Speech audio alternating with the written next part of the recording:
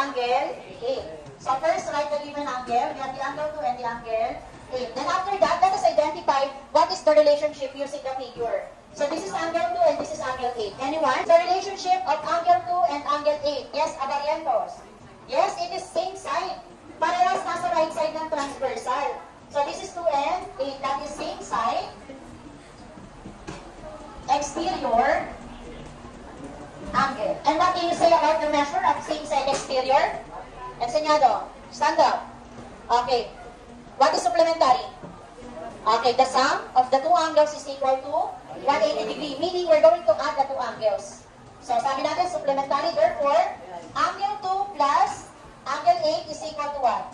Okay, ito naman yung magiging equation natin. Supplementary. The sum of the two angles is equal to 180 degree. Therefore, i-add natin.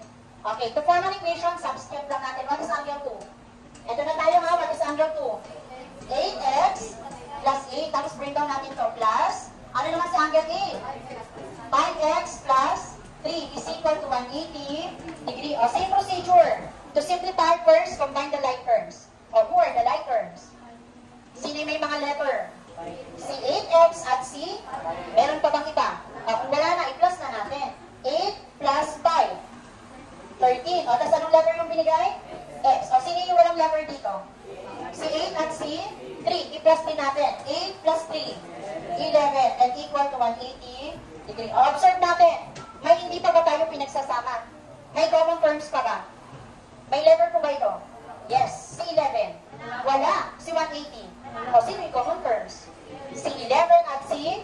O, sino ililipat natin? Si 11 papunta kay... Para pagsamahin natin. So, this will become 3x is equal to 180 degree. Pag nilipat si positive 11, magiging negative 11. Then, simplify na. Okay, 180 degree minus 11.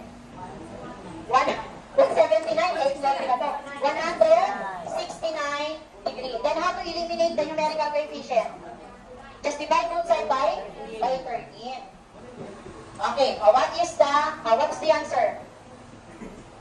Okay, 169 divided by 13. Yes, 13, because 169 is a perfect square. So therefore, the answer is, what is the answer?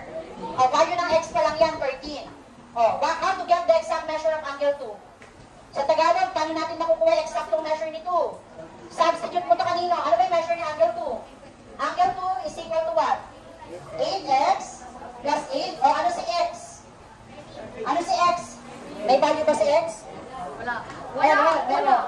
What is the value of x?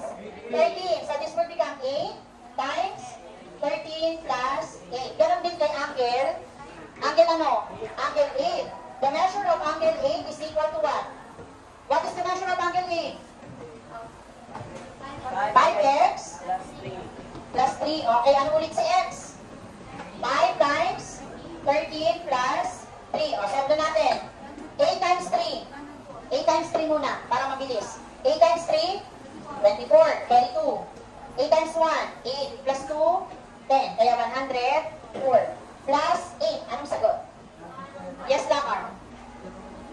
Okay, the answer is 112 degree. This is the measure of angle 2. Sandali lang, ha? Okay, next, after na, get the exact measure of angle 8. 5 times 13. 60. 65 plus 3, 68. Then don't forget to write the degree. Ano sabi natin kanina? Ang sukat ni angle 2 at angle 8 ay 180. O check natin kung tama. What is the exact measure of angle 2? 112 degree. Plus, ano si angle 8? 68 degree. Equal daw kanino? O check natin kung tama. 112 plus 68. 180 degree is equal to 180 degree. Okay, therefore this is correct. Question? Okay, kung